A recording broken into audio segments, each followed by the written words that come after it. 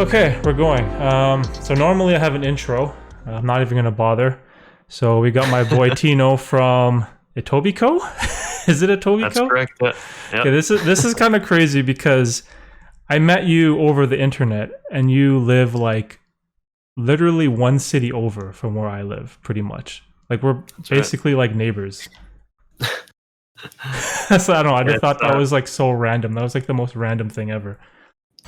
Yeah, it's pretty interesting too the way I found you because I'm more of like a gamer, so I follow all these YouTuber gamers, but my brother is actually big on self-help and all those types of guys, and he generally will send me all these more bigger guys like Muji and guys like that, and I'll watch a few videos, but it's like it's not really my thing. I believe in internal. I work on what I need.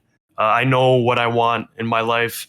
But then he's like, "Oh no, you got to check out this guy. He's from Mississauga." So I started listening, and yeah, instantly I was like, "Whoa, no, this guy's onto something." So, and I don't usually even comment on people's things, but I found that like what you're talking about really made me think. And then from there we met. Oh, that's awesome, man. So I have a story for you, and it's part of the reason why I asked you to do a podcast. Now, I remember, I think it was maybe a couple weeks ago, you commented on one of my videos and you mentioned that your brother recommended my channel. And I was like, oh, that's awesome, man. Say thanks to your brother and all that.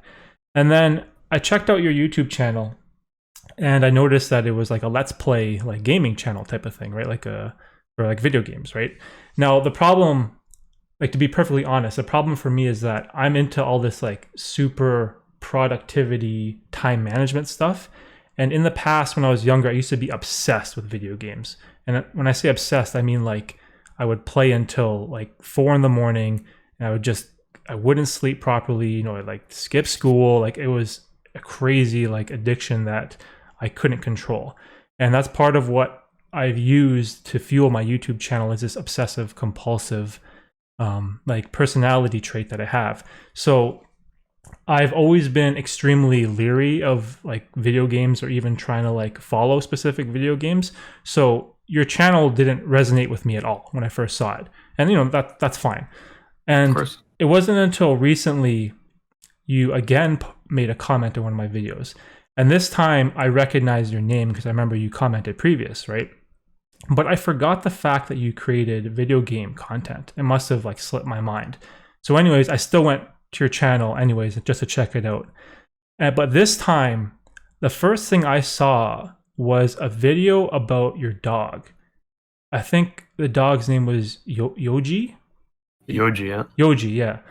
And so I was like, oh, okay, like I have a dog, or I used to have a dog, my wife has a dog, I'm a dog lover, and this was something that actually resonated with me, right? So I watched that video, and it was like not touching, but I really felt that video. The reason for that is because a few years ago when I first moved, I was living with my parents, and I had a Yorkie, a Yorkshire Terrier, those small dogs.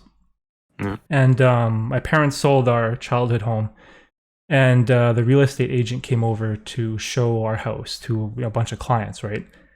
Now, unfortunately, our dog was home alone, and I didn't get off work until like 3 o'clock or something. And we told the real estate agent, like, hey, Derek's dog is at home. Don't bring any people over. He's going to come home at 3. And our agent was like, no, it's fine. It's fine. I have Yorkies at home. I know how to handle them. It'll be okay. And I was like, oh, I don't know, man. Can you just like wait? Like, I'll be home at 3 o'clock. Like, just wait, right? So, of course, the real estate agent doesn't listen to us, right? And he brings 10 people over to see our house. And my dog freaked out and he like lost it. And what happened was when the real estate agent opened the front door, my dog bolted down the street and he ran to like a main street, which is, you might know Highway 7, like Queen Street. Yeah, Highway 7, right? So he runs down like Highway 7, crosses 6 or 7 lanes, gets to like a park, a police station. And then I ended up tracking him for like 2 days. And then eventually someone called me and said, "Oh, I saw your dog like 15 minutes ago. He's running north on this trail." So I started going up the trail, and it led to a path that snaked in like 16 different directions. Oh, And I that's basically lost my dog. And I was like devastated. Like I was heartbroken. Like I've lost like, like family members, like grandparents before, but a dog, just like how you said, it's kind of like it's like your family. Mhm. It's like your brother. It's like your best friend. It's a part of your family, even though they are an animal. And I was just like, I was so devastated and that happened like I don't know, maybe over 5 years ago. And then it wasn't until I saw your video about your dog that it brought all these like pent up emotions and feelings to the surface, and I was like, oh man, I know I resonate so much with this guy right now. I know exactly what Mhm. that feeling of loss is. And it was just so weird that that video that you had in your channel was like a one off. It was Yeah. completely fringe compared to your normal content. But that is what really, really resonated with me. And then for some reason I was like, I gotta talk to this guy, right? And I purposely didn't leave a comment. Like I watched the whole video, and I was gonna like leave a comment. Oh, I have this story about how I lost my dog, and I know exactly what you're going through. But I was like, let's save it for the podcast. Yeah, bring him here. Like the thing about I find like with a dog, sometimes I even have a way of saying like that a dog sometimes can be even better than a human because it doesn't matter how you look, it doesn't matter what you do, it doesn't matter your job because people have egos, and I find dogs don't have that. So a dog will always just be there for you when you need it. You will never be alone. And the thing that made Yoji special was um, he wasn't even my dog when it originally started. My brother had bought him, but then my brother ended up moving out, and he felt like the best thing for him because we were all living together at the time in the same house. And when my brother moved out, he felt like the best thing for Yoji would be to be left with my mom, and I was living there at the time, like with my wife, and so I helped raise him all these years, and we just became best buddies. Like we always had like this little connection, and even like this last year, he was really sick, and he wouldn't eat for like 3 days at a time. And but if I would go there and I would pet him and play with him, he would eat. Like we had that connection, and like I moved out not this November that passed, but the November before. And believe it or not, I was devastated that I was leaving my mom and my family, but I was devastated to leave little Yoji because we always had that connection, right? So, but with time it got a little bit easier. We would bring him here, and but we expected his death to come eventually because he was extremely diabetic. But then he started. It was actually on my birthday on the 8th of January. He got 2 seizures that night and was rushed to the hospital, and then from there quickly declined and died on the 12th. So, but it's rough, but it's gotten a little bit easier now with the days. But it definitely family lost. Yeah, I remember in the video you mentioned that he was fighting diabetes for like so long that he had the two seizures, and I was like, oh man, that's terrible. Oh yeah, he's is it a Boston Terrier? Is that a Yeah, breed? he's a Boston Terrier. That's correct. And if I could touch one more thing, like I don't want people to feel like I'm pretty sure people on my channel are going to watch this as well, and I don't want people to think that I'm just some gaming junkie. Like I've always wanted to do vlogs, but I feel like now I'm reaching the point where I'm more comfortable in front of a camera and I can get to that level because I've always wanted to. Like I said, we were talking, before recording, and there's things that I want to say to the world. And I don't want people to think that he's just another gamer that's just trying to make money on YouTube. It's more than that for me. It's we all have our stories, but like for me, disaster brought me this level of maturity, which we could touch base on that if you're okay with. And so for me, it's not even about the money; it's about living free from all of it. Mm-hmm. Yeah, I understand what you mean. And it's kind of like there's always a person behind the player. And I feel like especially gamers, they get a bad rap for like being lazy or not accomplishing anything of significance or not contributing to society. And that is 100% not true. And even though I told you that your gaming content didn't resonate with me, I still support the gaming community because even just like, say for example, well, you're in your like what 30s, I'm guessing. Yeah, I'm 31. Okay, so your parents are probably same generation as mine. In their Mhm. generation, professional gamers and streamers, they didn't exist. It wasn't a job. But now that's a real job that exists in the real world that actually can become a career. And I always feel like gamers are kind of like put in this weird section as like non-creatives because you're just playing a video game, but that doesn't change the fact that there's still a person, right? There's still an individual, there's still a person that has thoughts and beliefs and feels just like the rest of us. And I was so happy just to watch like that video of your dog, right? Which is amazing because or else I never would have like kind of got to know you. So it was through your dog that made this whole thing possible, which is, I don't know, it just kind of blows my mind sometimes. It's one of those, like, I guess, perfect timing things. Like I said, I've only been doing my channel for like 7 months. Uh, but I always originally I'm like, I'm gonna do gaming and I'm gonna do vlogs.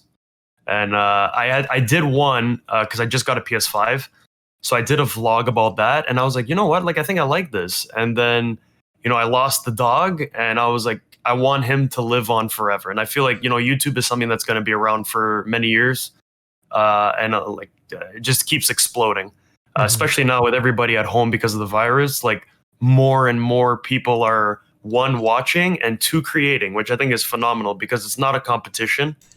People feel like it could be, and there might be millions of gamers out there, and I think there's enough space on YouTube for everybody. Um, but it's just interesting to see, the stigma that comes behind gamers, and but it's totally not true. Like, yeah, it's people behind the games. And yeah, we don't edit as heavily, obviously, as like your videos for per se, but we do. There's a lot of work that's involved. Like, I'll spend, let's say, generally I'll spend maybe an hour and a half playing, and then I'll spend 3 hours editing and preparing and uploading to YouTube. So every day, like, there is no days off. But I'm okay with working long hours and things if it's something that I truly enjoy, right? Oh, for sure. Especially if you enjoy what you're doing, that just makes the whole process that much more enjoyable. And especially for you, I notice you do like pretty much daily uploads, it seems like. So not only are you playing, recording, but also just the sheer number of videos you're rendering and the computing power required and the time to do all that stuff. That is work. Like that's not easy. Like some people think like, oh yeah, just hit record and then yeah, you're just playing a game. But there's also the personality aspect, like the way you speak, you have to be interesting. You can't just be slurring your words and saying and all the time and not adding any valuable commentary to your gameplay. So even though it does get like a weird bad rap, but I still it's strange because it's something that I wanted to do when I was younger. Like when the Twitch scene first started blowing up, like I wanted to, stream on Twitch and I wanted to play like StarCraft and what else did I play? Diablo 3 and Hearthstone. And Call of Duty, and I was playing all these games and it was just like exhausting. And I found that like this wasn't my true passion in life. It is fun, but once I got down to the actual work, like the putting in the work, the going through the grind and playing for hours and hours and releasing so many videos and so much content to get hardly any views in the beginning is so discouraging, especially when you're putting in that time and effort, right? And I just feel like as long as you just keep going and you love what you're doing and you enjoy the process, then anything could happen, right? Yeah, like, and I actually, like, I've heard some of your podcasts where guys are talking about what you're using. So for anybody that's listening that wants to start a channel and has nothing, I used like a Mac laptop that could barely process 720p. I had I had a phone camera and like a ton of wires just going to my big TV. Like I had nothing. Like I bought like the cheapest little microphone from Best Buy. Yeah, I didn't. It's I don't believe in I can't do anything. Whatever I want to do, I do it. So I start with what I had, and now I've slowly upgraded. I've bought a PC, I bought a PS5, but I literally started with just this Xbox here, and just playing what I had. I'm not always playing the new games. I'll play just a variety, but what I found was I was ready to put in the solid work, the sacrifice. I was uploading at one point 3 videos a day, and I actually slowed down because I felt like my viewers couldn't keep up. Like I had some that were watching, but so I've actually brought it down to 2, and I've also shortened the time as well because I also don't want to scare off the people that I already have. So, but what I do is I always record like 3 days in advance, and it also puts a little bit less load on me as well. But now what I do is that I'll always have that consistent flow, and but I always like record an hour and a half, 2 hours straight, and then I'll just break them up into sections and do like a nice blend at the end. So for me too, it's been definitely a learning experience. Because I've always been a gamer. I was like 3 years old, and I got handed here's a Sega controller, and this game is called Mortal Kombat. And Oh, so good. yeah, I was the little cousin that would always like jump kick and keep the guy in the corner because that's all I knew how to do. I was 3 years old. So gaming's always been a huge part. I used to be like big into Call of Duty. I even tried doing some multiplayer on my channel, but I felt like I was starting to go on that trajectory and of multiplayer, and I'm like, I don't want to be a follower. I want to do what I want to do. And for me, it's just I love playing story. I love stories, and you can see like I have a mountain of books. I love reading and I love writing. Like I've written novels before. I've tried that whole Oh yeah. Oh process. wow. Oh yeah, yeah. So I tried that whole process. I love just stories. So I don't want to just be another multiplayer. Maybe one day I'll do some more, but it's not gonna be like my main focus, right? Oh, okay. I see. Wait, so how did your channel start? Did you have like someone that inspired you to, or was there a game that inspired you to start? Like, how did you finally decide to hit record and start creating content? So that's a really good question. The thing was, I always knew that I wanted to do video games, but I felt like I was boring. Like nobody would wanna just see me. Like I'm the type of guy, like if I'm with my family or my friends or whatever, I'll light up a room, I'll joke. But I felt like why would anybody want to hear me, or why would anybody want to watch me? But then I started realizing, no, I love games, and I feel like I always have something to say. So it was more of like just getting out there and like just the experience. So then I started. There's this guy. He's a really big. Most people will know him in the gaming community as the Rad Brad. So he's one of the biggest guys. So I was watching him, and I was like, oh, you know what? If he could do it, I can do it. And then I stumbled upon this guy on my recommended feed, and his name's Hollow. And I started watching him, and I'm like, but this guy looks like the way he talks is so similar to me. And it was like a light bulb. It was like I'm gonna do this, and I'm gonna do this like this week. And I stayed up. I was at home because of the virus. I stayed up like 15 hours a day learning because, like I told you, I'm not techie at all. So I had to learn everything, like hours on YouTube and learning an OBS and how do I connect this? What capture card do I need? Oh, I can't afford a capture card. What am I going to use? Or and I did it after a week of solid work. I did it. I had it connected, and I started. Wow, that's Yeah. awesome. So you're into more of like the single player like story type game. So like the multiplayer stuff is kind of like not your thing, or you're just not sure yet. So no, multiplayer. I'll do like a little bit like Call of Duty or such. But if I do play multiplayer, it's off camera. Like I'll just be playing with my Oh, friends or okay. whatever.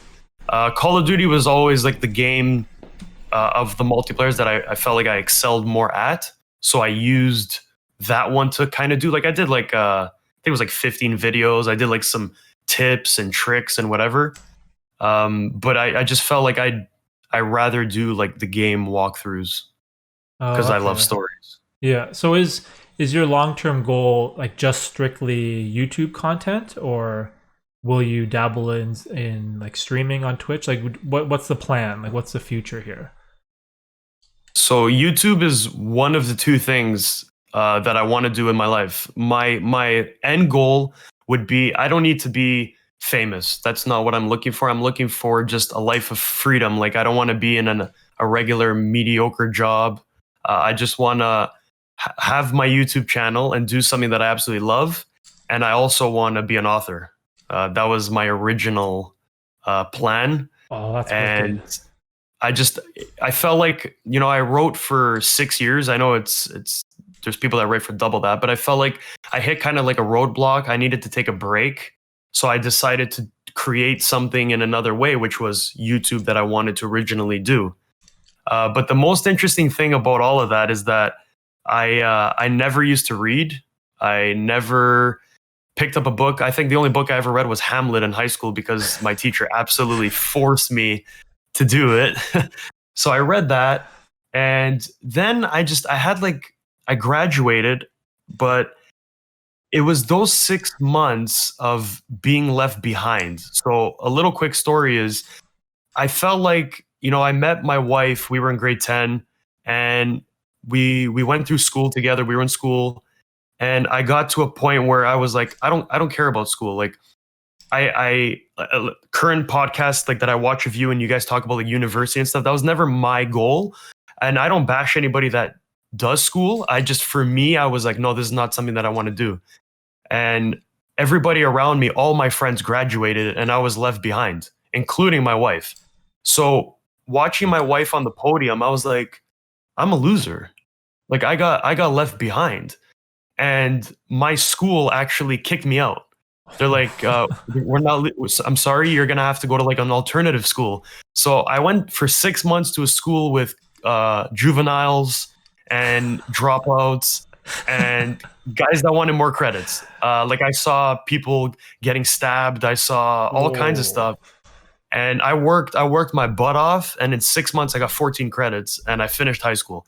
And high school was a promise that I did to my parents, and I kind of forgot about that. So I'm like, listen, I'm like, my parents have been super supportive of me throughout this because I know a lot of parents, they get in the way or don't do that, get the regular job.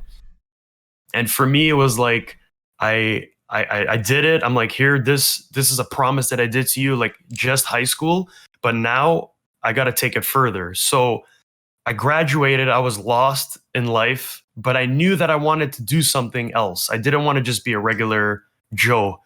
So I actually I was working at No Frills at the time, and I got into a big injury. Like I got a big injury. I got hit in the head, Oh and shit. that injury changed my life forever. I ended up getting really bad vertigo, spinning, lightheadedness for 5 years.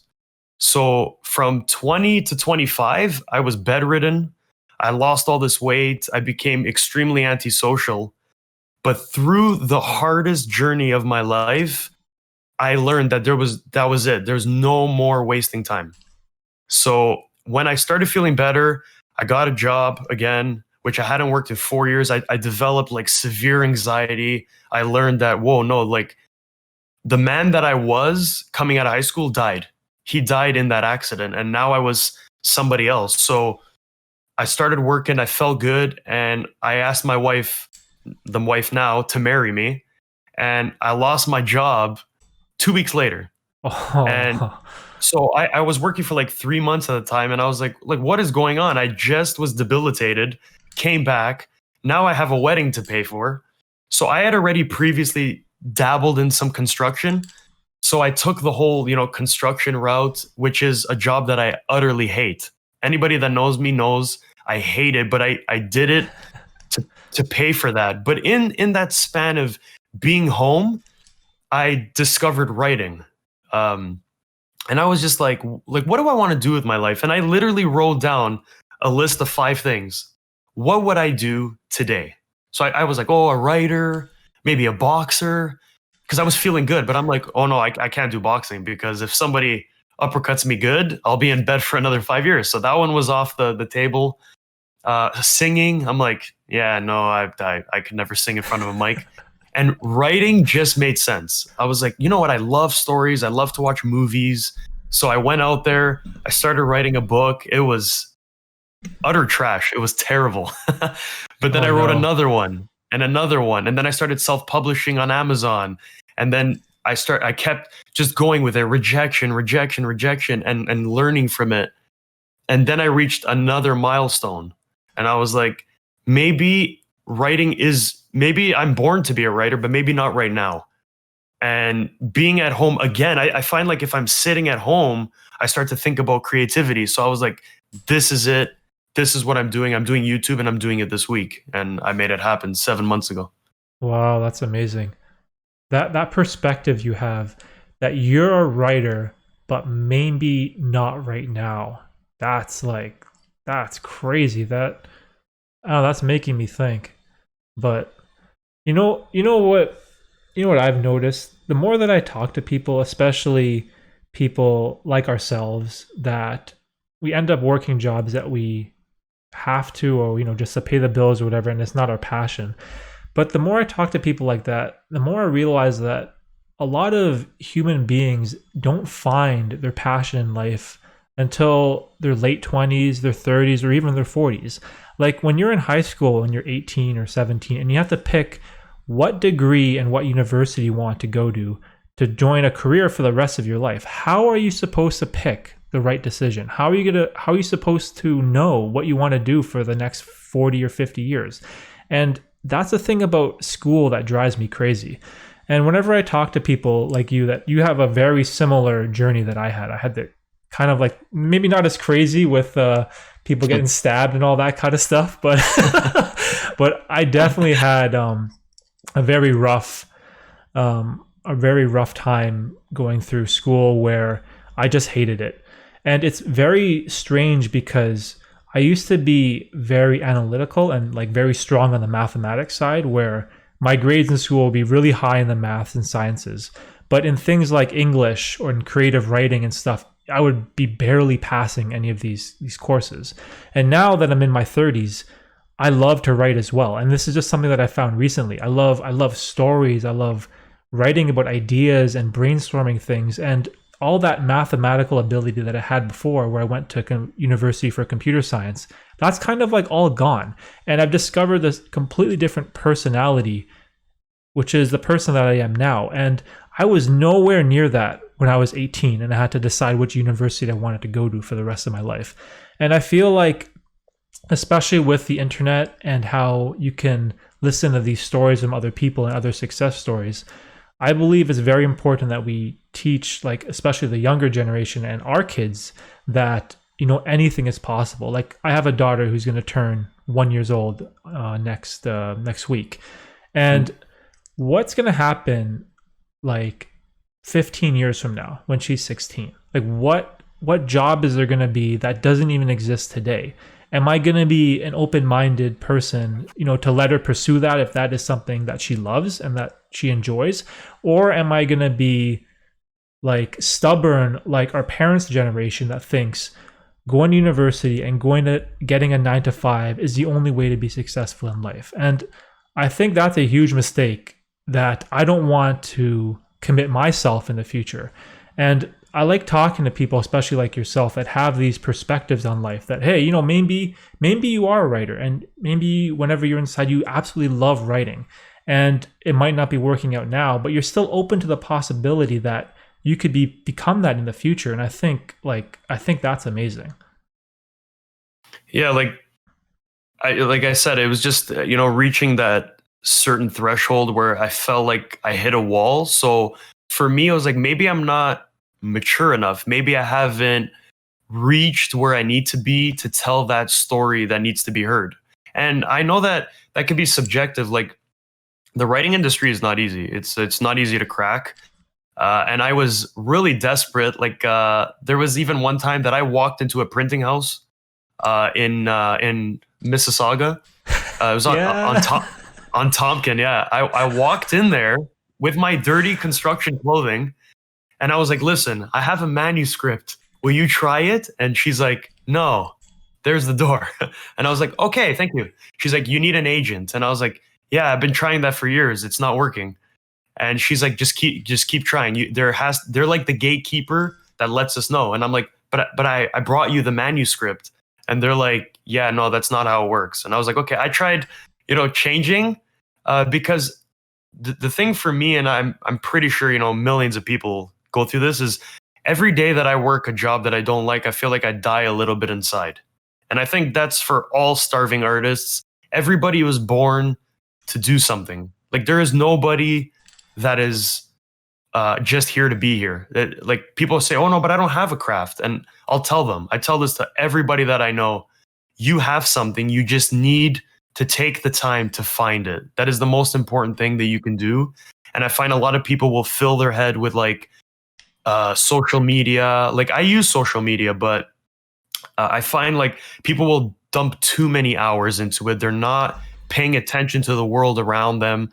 Like you got to give yourself that time to go deep inside. And believe me, if you're looking inside, you close your eyes for 10 minutes in a room, your brain is going to tell you, listen, buddy, you're supposed to be making pots of clay. You're supposed to be a gardener. You're supposed to be a politician. Maybe that's like what you're supposed to be in front of a crowd. You're not supposed to be doing that. Like me personally, I'm a health and safety rep in the high-rise industry. So I'm in an industry that works 6 days a week, 12-hour days, 10-hour days, constantly. Like you're just a number. So I got projected into the health and safety department where I felt like I need to take care of other people that feel lost. Like there is not one day that you walk into a job site and people are smiling. It's impossible. Everybody is grouchy, miserable. So I'm always like that guy that goes around and jokes to people and makes them feel better. Yeah, like I like to do that. And literally I've battled with bosses and foremans and because they want production and I want mental health treated. So but it's still a job that I hate because I feel like every day that I go in there, I'm dying internally. And you might be feeling that as well with your job and anybody that's watching. But we do what we have to for our families. We do what we must, but don't ever settle for that for the rest of your life. Like you should be out there doing your craft and something that you enjoy. Everybody has something that they were sent down here by God. So that's just Yeah, my opinion. I agree 100%. At the same time, I feel like all people are born creative, but not everyone tries to unlock that creativity. Mhm. Now, like say for myself, say if I did finish the university line and I got into computers, for example, then I probably would have no reason to even attempt storytelling or pick up a camera or try filming a video because I probably would have no reason to do so. And I think that a lot of people kind of get stuck where, oh, I got this nice comfy job, it's paying me $70,000. Why should I go and risk it and try to write a book? Or why should I go and risk it to try and start a business? So from their perspective, they feel like the risk to reward ratio is way too high and it doesn't make sense. And like I get that. Like I'm not a person that shits on people that work the 9 to 5. Like I'm not like that. But I believe that it's definitely not for everyone. And say if you are someone that, you love your job because you get vacation days, you get benefits, you have a set shift time, you have a routine and you love it, and then perfect. Like if that works for you, then, more power to you. That's amazing. But if you are someone like me and you, like how you said, you feel like you die a little bit every day by showing up at this job you hate, then it's extremely important that you do something about it and not just complain.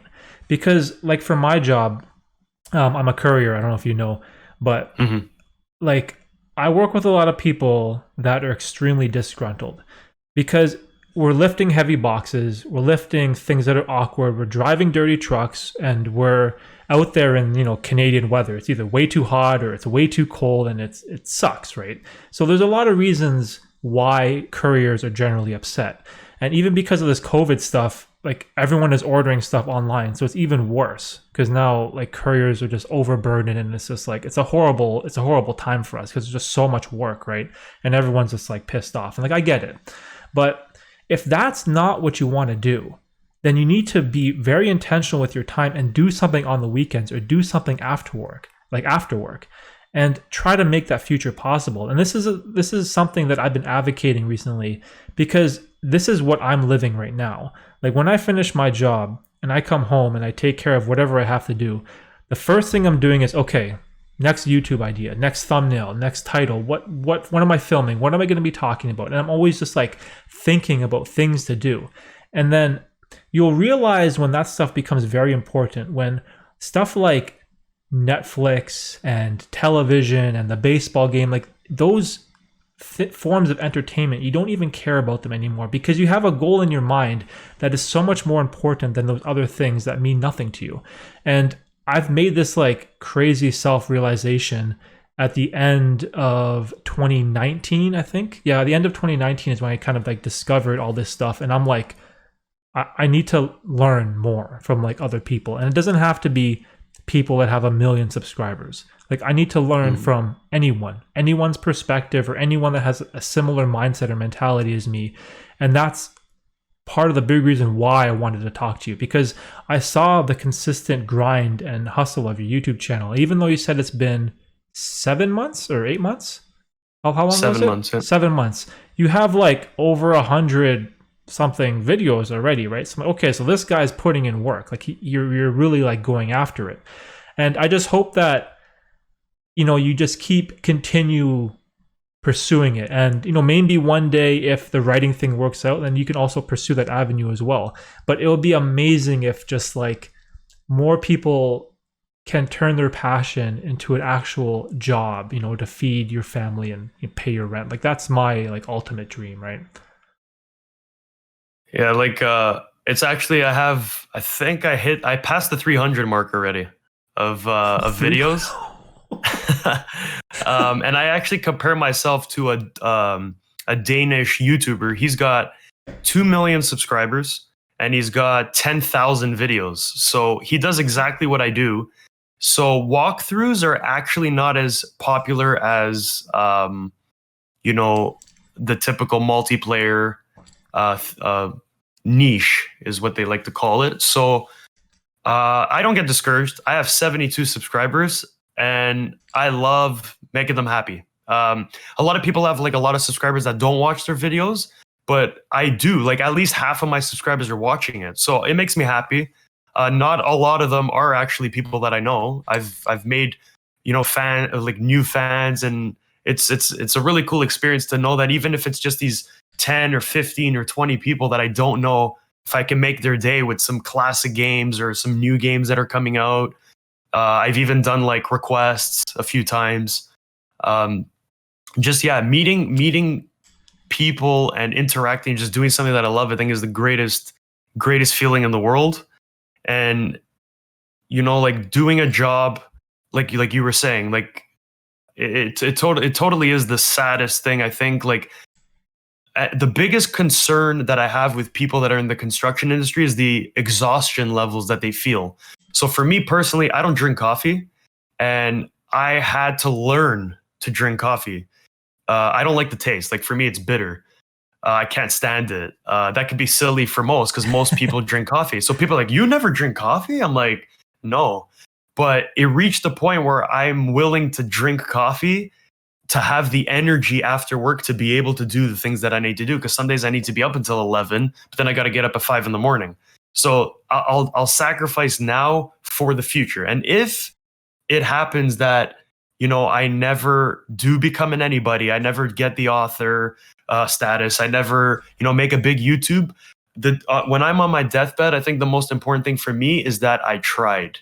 I never gave up. And I know that the YouTube, the author, and maybe future endeavors that I do, like I will never give up. There is no mentality. Like for me, like I watch Netflix, movies, shows with my wife or whatever, literally because I want to spend some time with my wife. Because for me, fulfillment is like you said, coming home. This is what I need to do. What are my ideas? For me, it's easy. This is the game that I'm going to do. For my biggest concerns, like how long is it going to be? So how many videos do I have to do? Like that's what I'm thinking about on my drive home. On my way to work, I don't listen to music because I'm focused on what are my ideas. I get to work, I do my mundane task that I need to do. When I get in the car and I come home, no music again, because I'm already focused on what is my next level, what is my next step, what am I doing today for tomorrow. So, and I think everybody should be, you know, doing something, work, provide for your family. I'm not saying stay at home, and that's not what I'm saying. I'm saying do what you got to do to provide, but do something that feeds your soul, not your stomach, if that makes sense. Oh yeah, 100%. And I can tell that you're a person that thinks deeply about your channel and your goals. Just through our conversation in the comment section on YouTube, like you have clearly thought out what you want to do and your plans for the future. Now, the problem with YouTube, that my biggest problem is that we are creating content that gets determined by a robot if it's good or not. And that's the biggest problem with this platform. It doesn't matter, how educational or how amazing the content you're creating is. If the algorithm isn't recognizing it as like, oh, a high click-through rate and high watch time and all these stupid mathematical analytics, then that is what predetermines the success of a channel or not. And that's one thing that really bugs me about YouTube, and it's probably the only thing that I dislike. And I've said this before in other podcasts. I have people in my family and friends who are successful already on the platform. My best friend has over 100,000 subscribers. My wife at one point had like 40,000. And like, I know people that have become successful on the platform. And I look at myself and I see 1,000. And I'm like, okay, like how does this make me feel? Like, and most people, it makes them feel upset, and it makes them feel sad. It makes you feel like you're unaccomplished and that you're not getting the attention you deserve. But the problem with YouTube is very, very tricky. And one of the biggest things that I always try to tell people is, if you are very serious about YouTube, it's all about the long game. It's always just about showing up, even when you don't want to, showing up next month, showing up next week, next year, or whatever, and just keep grinding and just keep like participating and, being there and creating content. And then eventually, hopefully, like the algorithm will pick you up in some ways or another. Now, the other problem with that is I've been having this issue with creating content that I love and creating content that I think will be good for the algorithm. Now, I know this problem doesn't really happen too much for you, as I guess your choice of game title is the only decision you really have to go through, as you're making your videos and you're trying to be entertaining. But for me, if I want to make a video about, like, I don't know, running, for example, is that going to be good? Or what if I really, really want to make a video about like mental health and mental clarity, but it might sway me to not make that video I love just because of some stupid algorithm. So there are these problems that fellow content creators face, and I've received so much advice from people that are successful on the platform. And then whenever I find someone like yourself that is a creative that wants to grow on the platform, I always tell them that, like, play the long game and, try not to get too discouraged in the beginning, when you aren't getting the subscribers you deserve. Because look at your channel, like you said, over 300 videos, you're showing up, you're being consistent, you're putting out content, you're entertaining, and you have that like, that intro. I love that intro, bro. That intro is good, man. I like it. Like you have a good personality for it, right? And the worst thing for me is when I see creators that are ambitious and then they give up just because of the stupid ass algorithm, or just because of some stupid numbers. So I hope you just keep grinding and you just keep going at what you're doing. And I can already tell you've thought a lot of this stuff through. So, you don't really need to take too much of this advice. But again, I just like to always give that to other fellow content creators. Yeah, like for me, like I said, when you asked me to be on the channel, I thought it was like, I'm absolutely honored, because for me, like, I set myself a goal. So I actually saw like a stat, whether it's real or not, I'm not really sure, but they said like 18% of YouTubers will pass, that actually try, because now we have like millions of channels. 80% of YouTubers will actually pass 100 subscribers. So for me, my goal is to get to 100, and so I've set myself 3 milestones. I'm not thinking about millions. I'm not even thinking about money. I'm thinking 100, 500, 1,000. So for me, when you asked me, oh, would you like to be on my podcast? I was like, really? Because for me, I look at you and it's like this man has done something that is my third goal. So you're already there. You've already grinded. You've already felt the discouraged, the working hard, all that behind the scenes that nobody knows, because all they see is the hey and your intro, and you know what I mean. That's actually an inside joke that I used to have with a friend. That when we would see each other, we would just be like, hey, and it became like my signature thing. So I was like, I'm totally bringing that to my channel. Bro, I love it. It's like when people try way too hard on like an intro or like some catchphrase, and like that guy Peter McKinnon from Toronto. Yeah, he does that. What's up, or whatever, and you see people that like they try to like copy that, or they try to take his saying and like make their own version. Like it just ends up being so like cringy. Then when I saw yours, it was like, that's you. Like that's not some fake shit that you're just doing for views or just doing for some stupid intro.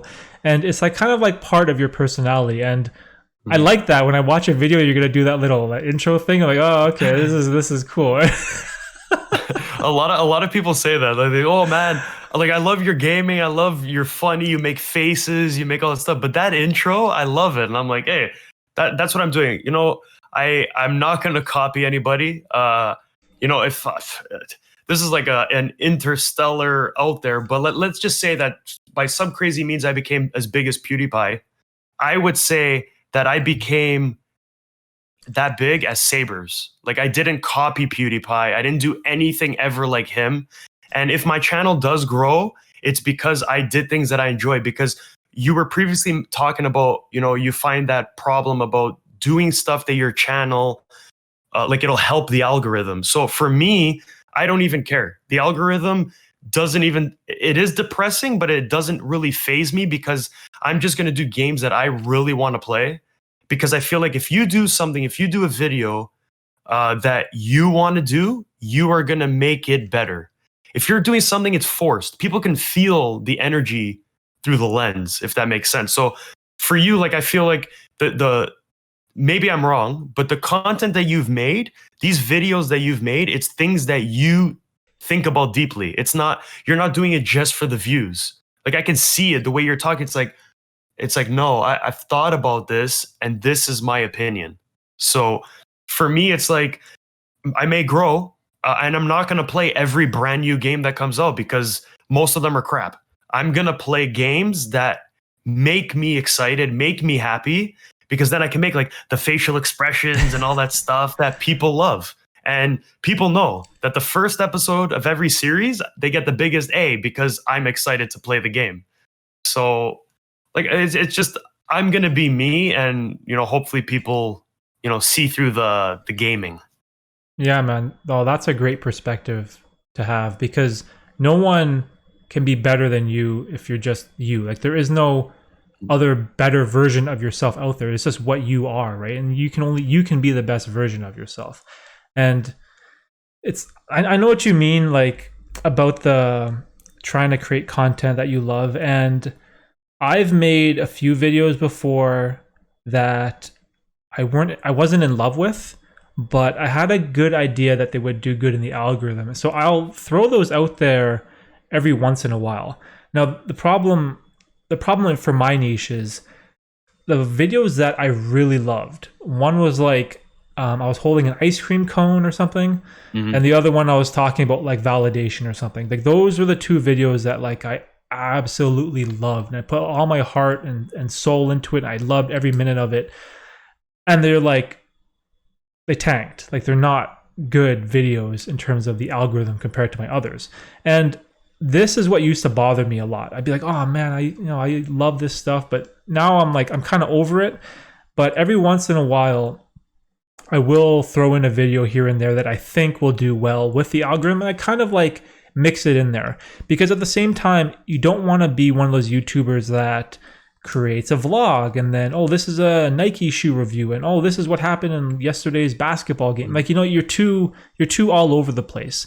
And I can be someone like that because, I love watching the NBA. I love, like watching StarCraft and playing Among Us, and I have all these other weird side hobbies, like playing poker. Like, I have all these things that I can talk about.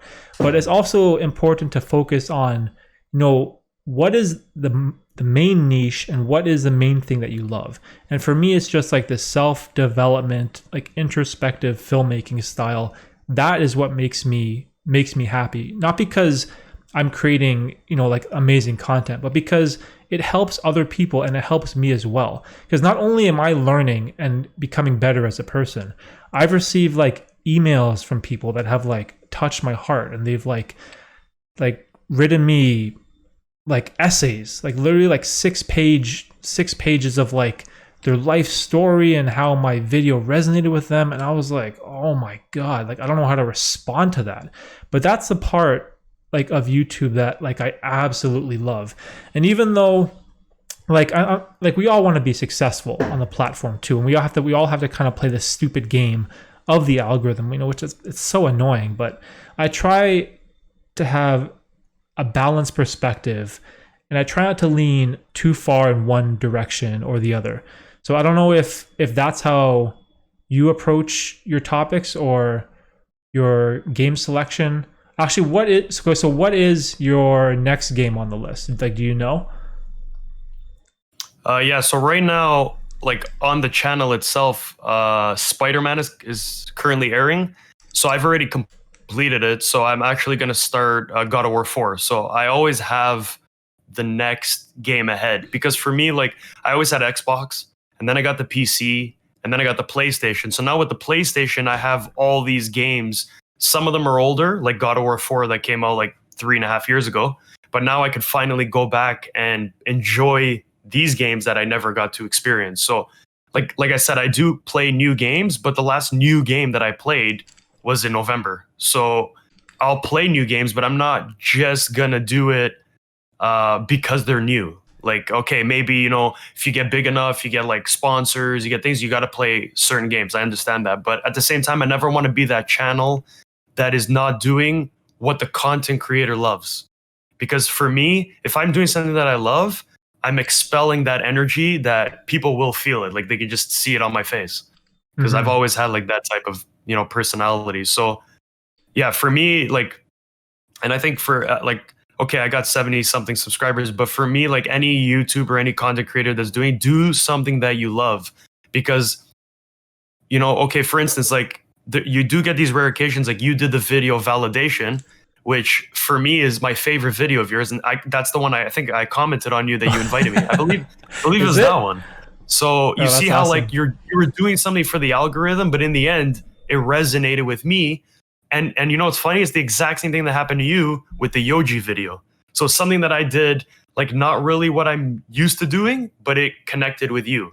So find your niche, but also at the same time be you.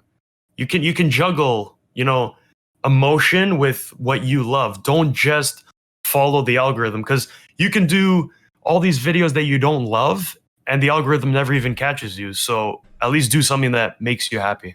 Yeah, for sure. Yeah, it makes sense. I guess the one thing that maybe a gaming channel would have to worry about is you don't want to get pigeonholed as that guy that only plays like the latest and greatest stuff. And then say if you were to go back and play God of War, like you said, then, oh, your subscriber's going to be outraged. What is this? You're playing this old shitty game. Like, you don't want to be like stuck in this criteria of the guy that only plays the newest stuff. And I think that's kind of cool, because now you can go back and like pick out games that you missed, or you didn't have time to play at, didn't have time to play at the time. And now you can like go back and thoroughly enjoy those games. And maybe it's good to find a balance between games you love, maybe games you missed, or maybe throw in like a new up and coming game every once in a while. I don't know.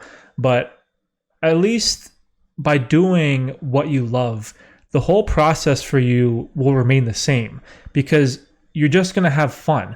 And I don't know if this happens to you, but whenever I'm creating content that I love and time just like flies by. It's so crazy. All of a sudden, there'll be like, I don't know, 1 in the morning, and I've been editing for like 4 hours straight. I'm just like holy shit! Like how did that like time go by so fast?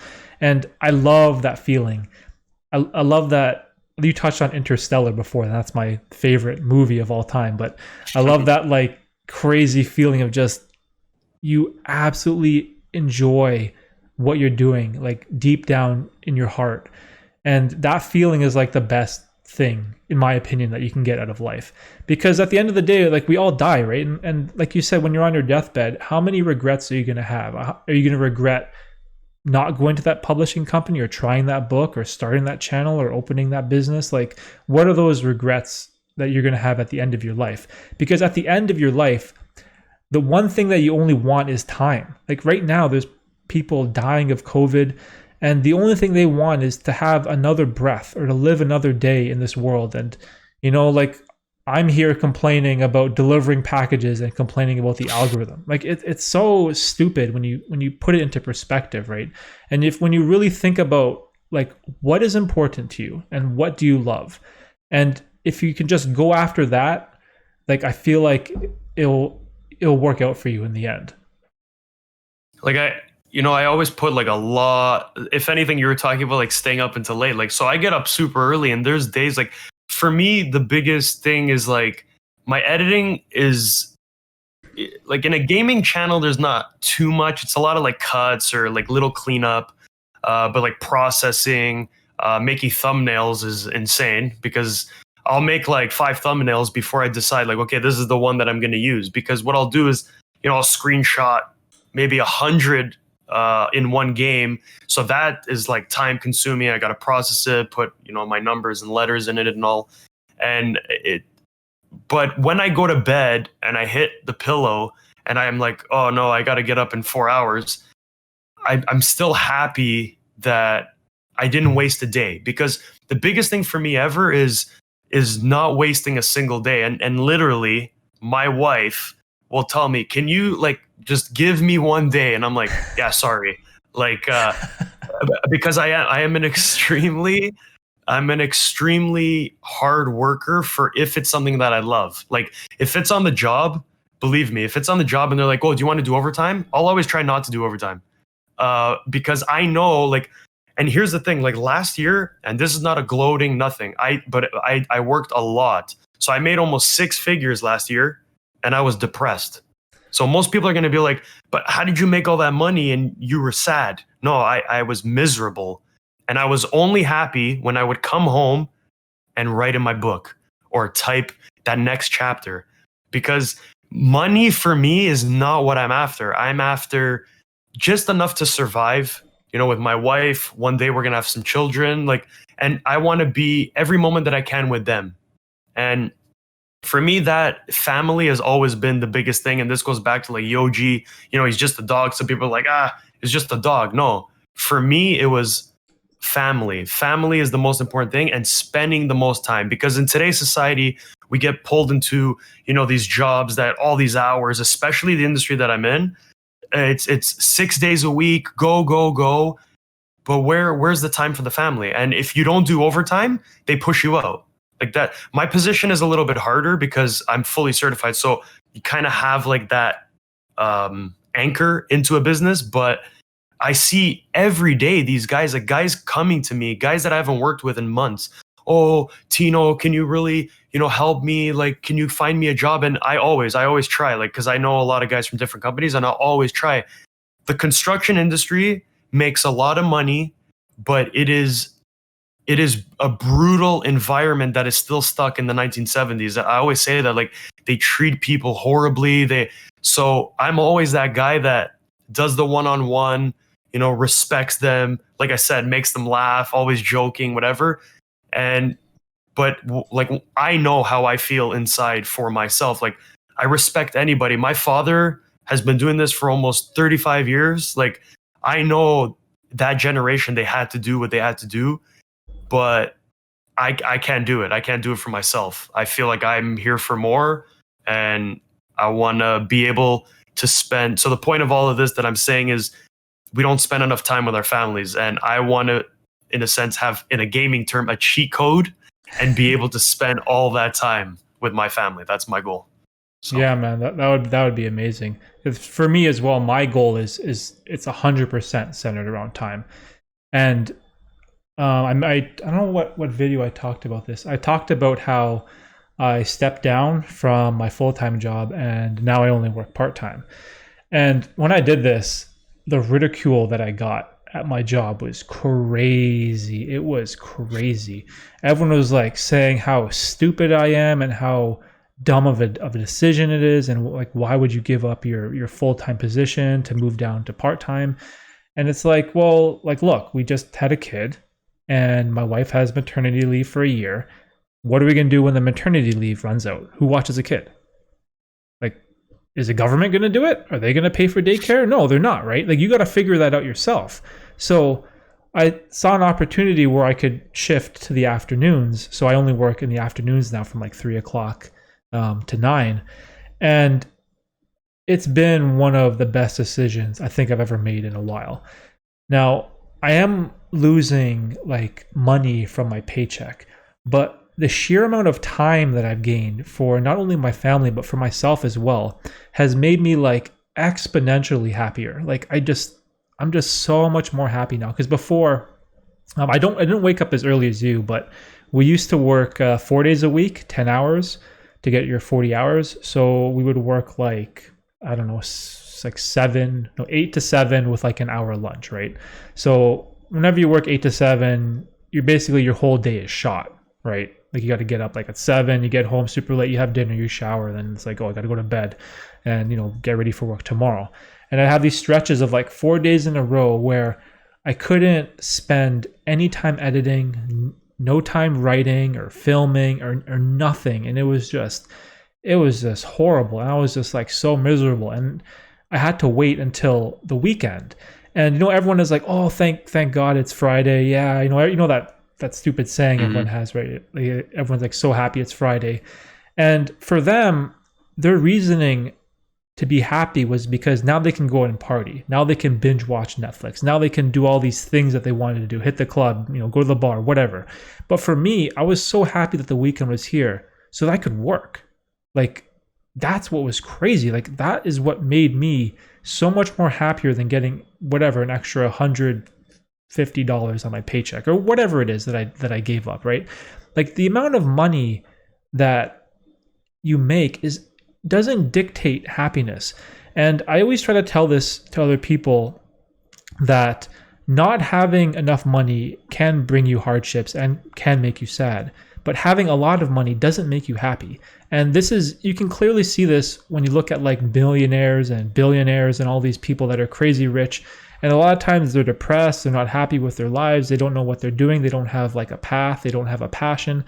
And it's hard because we all need money to survive and to put food on our table and pay for the mortgage and provide for our families and stuff.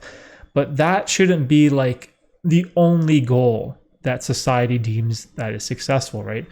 And whenever I go into work now, it's just like, I don't know, man. It's like, oh, there's Derek, who's the lazy part-timer. I'm like, a lazy part-timer? I'm like, what'd you do on the weekend, bro? You watch the hockey game? Like what did you do on Saturday? What'd you do on Sunday? How many Netflix shows did you watch, right? And again, these like crazy arguments now with people all the time. And it's not that I'm not a confrontational person, but like, I hate this mindset that people have where they're kind of like stuck in their ways. And I'm not like trying to call out my parents or anything, because our parents' generation was completely different. Like when my parents were immigrants, right? And they came here, like especially my dad couldn't speak English and he had to work and take English classes and he had 3 jobs and he just had to hustle and he had to grind. And it's like that like old like Italian mentality, like you work really, really hard. And like I get that, I appreciate that. But at the same time, like our situation now is so much more different than it was in the 70s, or the 80s. And there are opportunities to pursue creative outlets. And like, what if one day I want to be an author too? Like maybe I want to write a book too. Like, should I not pursue that just because it's not going to make money. Like you don't even know, right? And that's a thing that kind of drives me crazy. So I hope that, you know, if one day if you do write a book and get it published, man, you got to let me know. I'll go buy it and I'll support it. Thanks, man. Yeah, it's just like I said, it's in terms of, you know, like for me, for talking about the weekend, that's a great point, because for me it's completely opposite. So everybody's like, yeah, oh, the weekend I get to go clubbing, like you were saying, go to a bar, blah blah blah. For me, it's like, okay, so now the weekend I can actually spend time with my wife. So what I do is I have the day, the hours that I would be working, I work on what I'm doing. So you know, at the time I was writing, now I'm making content, and then at night I'll be processing them, the videos, and then running and watching TV with my wife, and then I time. Okay, 45 minutes is the process done. Then I'll edit the next one, and then I go back. So I'm always in a sense working, but I get to actually spend time with my wife on the weekend. So people are looking at it like, oh, that's it. I could just be a vegetable, like a little snail on the couch and not have to move. But for guys like us, it's like, no, Saturday and Sunday, like it's go time. It's time to do what we love doing. We get more time, right? So that's the thing. Like, you know, unfortunately, I don't have the opportunity or the career to be able to do a part-time, but I think that's amazing. Like that you're able to do part-time, because like, yeah, like I could see it for myself. Like if I did part-time, man, that would help me drastically. And especially like, I think you were saying in your last video, I saw like on you, because you have the community tab on your channel now, you were talking about like 50 hours or whatever, like to see. So if you had a full-time job, it probably would have taken you maybe an extra week to be able to do this video. So yeah, being able to do the part-time is incredible, because it gives you those extra hours that you need, because every hour is vital for a content creator, whether it's gaming that has less editing. So you know, like for me, our difference is you have more editing and then I have more recording. So in the end, it's all time consuming, it's all hard work, and it's really amazing to hear somebody else that appreciates the real weekend, I would say. And I'm not in no way bashing, you know, people that, some people are just like, listen, this is what I want to do. I have cousins, best friends that are just like, yeah, no, oh God, I don't want to write a book. I don't want to, because I always try to tell like, guys, you know, try to find what it is that you want to do. Like I have a good friend, he's a photographer, amazing photographer. He's done a few weddings. So what did he do? He asked me for a job, and I told him the truth. It's a horrible industry, but come in, make the money that you want. And now he's slowly getting there. He's got his cameras, he's got what he needs. And so I always help people the best that I can. But at the end of the day, like him, I think, you know, hanging out with me, maybe it's starting to open a spark. He's always had like that, you know, that spark inside of him. But like they say, hang out with people that will make you better. So I'm always reminding him like hard work pays off. Hard work pays off. So yeah, I only have 70 subs, but I've put 300, and I'm not going to quit. I'm not a quitter. So if I have 100 subs with 3,000 videos, believe me, Sabrez channel will still be there, because I'm doing something that I love. So it's not work at all. You know what I mean? So. Oh yeah, man, 100%. And like, I know that some people like they thoroughly enjoy the idea of just vegging out on the weekend, you know, and just watching whatever movie. Like I get that, and you know, I'm not trying to disparage those people or, you know, put shame on them or look down on them or anything like that. But at the same time, the way I view this is the way I view jobs. I view jobs as a tool to get you the resources you need to pursue what you really want. And for me, I was working, I can't remember how long I've been working at my job, since 2012, I think is when I started. So almost 9 years I've been working. And like, don't get me wrong, this has given me like benefits for like, you know, healthcare and going to the dentist and all that kind of stuff, right? But at the same time, by being smart with my money, that's given me the opportunity to buy a camera, to buy a lens, to buy a new laptop for editing, to buy some lights, to buy a microphone, or like this gimbal right here, and this other stuff. And I view a job as a tool to get me the resources I need to do what I really, really want to do. And for now, I still need the job because again, I have like a mortgage, which living in the GTA is horrendous. We pay so much in taxes, right? But yeah, I still believe there is immense value in working a regular job, and that's fine. But as long as you have perspective and you know your reason why you're doing it, like why are you showing up to your job? Like if you want to support your family, you want to provide a house for your kids, like you want to be a good husband to your wife, like those are all great, great reasons. But at the same time, that doesn't mean you can't also pursue something else on the side. And just because you put in your 40 hours for the week, that doesn't mean that, oh, just because it's Saturday, you don't have to work anymore. Like, oh, work ends after the 40 hours. And it's the same with education. Why is it that people think that education ends after school is done? Like why is it that you get your degree and people are like, okay, I'm done with school, I'm done with education. Now it's just all about the money and I don't have to learn anything anymore. They just do their job. Like for me, it's been the complete opposite. When I was in school, I barely learned anything at all. And now that I'm older, I'm all about like learning and improving and getting better. And I feel like education is something that never stops. And it's not just like formal education. And what's beautiful now about the internet too is like just like YouTube. Oh my God, you can learn like anything on YouTube. Like even if you want to be like I don't know, you want to learn After Effects or you want to be like a video editor, just there's so many tutorials on there. You can just like, you don't even need to go to like a filmmaking school. You can just learn all of that yourself. And even for me, like all this filmmaking stuff that I do, it's mostly all self-taught. And what I've also learned from my friend, I didn't have to like go to film school or go to take a photography class. Like you don't need to do those type of things. You don't need to go down those conventional roads of careers and education choices. And that's why like I feel like the time we live in right now is like it's beautiful and I love it. Like I absolutely love that being a Twitch streamer is a possibility, or being a storyteller on YouTube is also a possibility, or even just like being a TikTok star. Like that's a thing. Like you can like do these stupid dances on TikTok on your app on your phone and you can get like paid and make a career out of that. That's amazing. And even though like some people think that's like, oh, that's stupid, that's not a real job, like what are you providing to the world? Like I feel like that's just like a short-sighted mentality to have.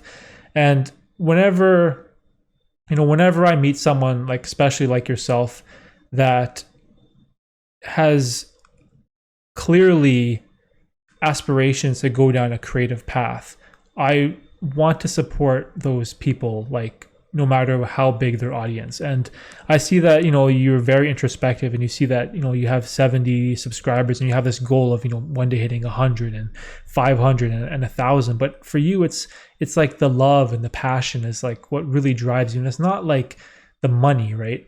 And that's what I love hearing when I talk to like fellow creatives.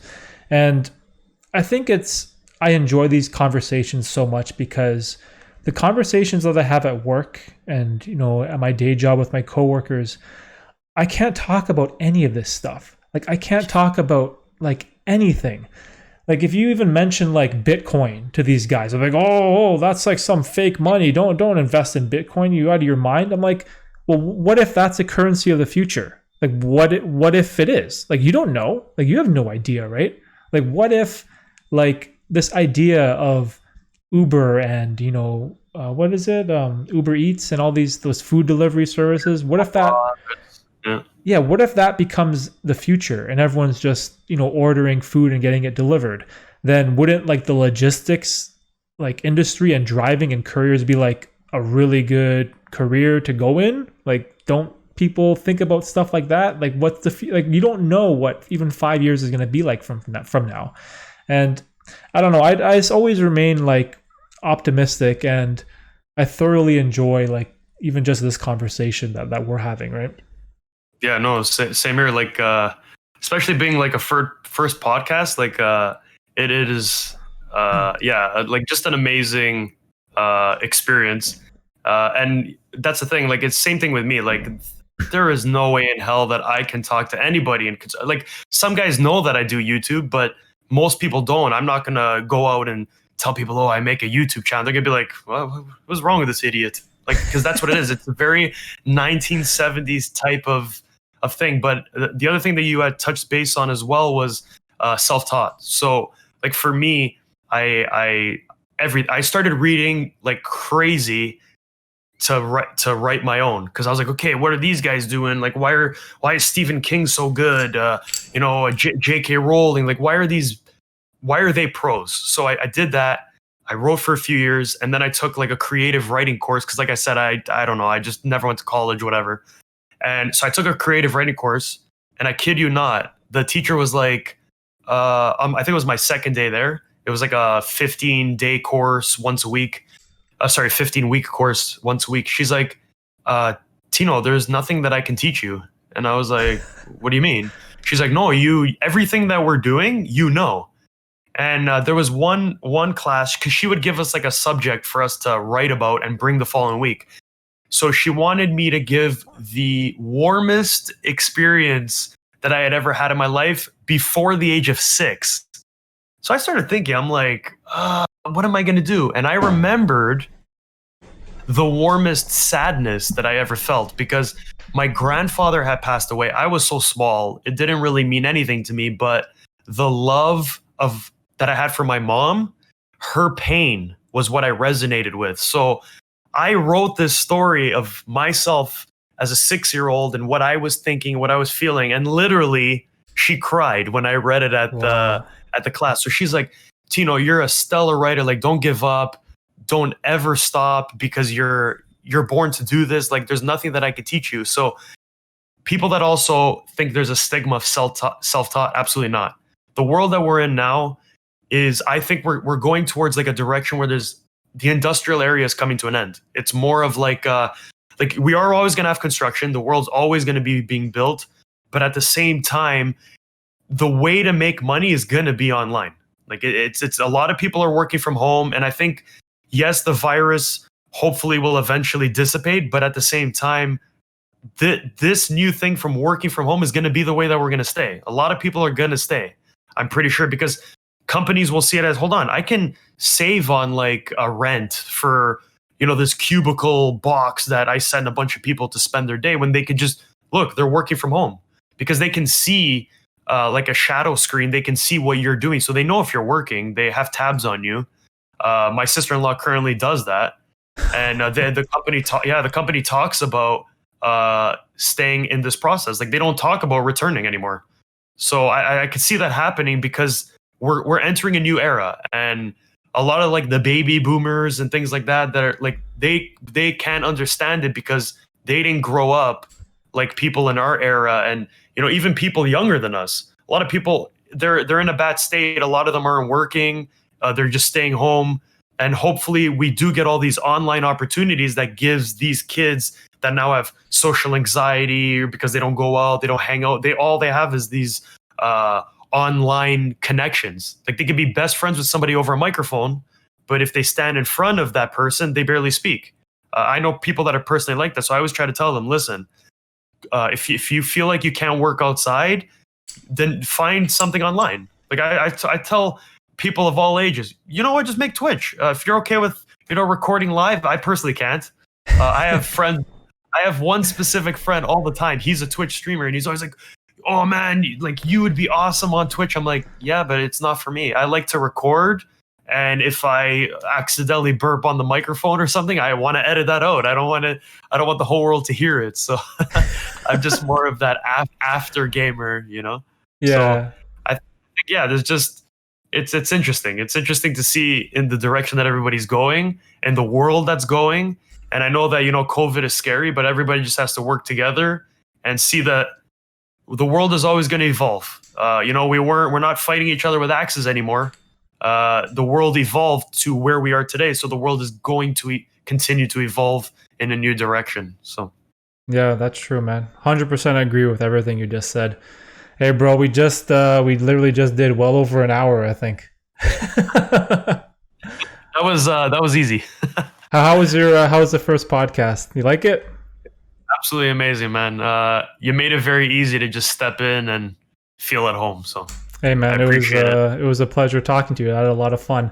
Let's plug all your channel and all that. Where can people see your stuff? So I have two sources. It's Sabrez, Sabrez on YouTube, and then on Instagram you can find me at Sabrez Gaming, and that's one word.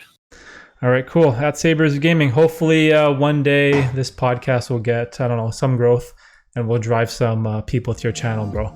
But thanks for doing the podcast. It was awesome. Yeah, dude. Likewise. All right, Take brother. care. See you guys.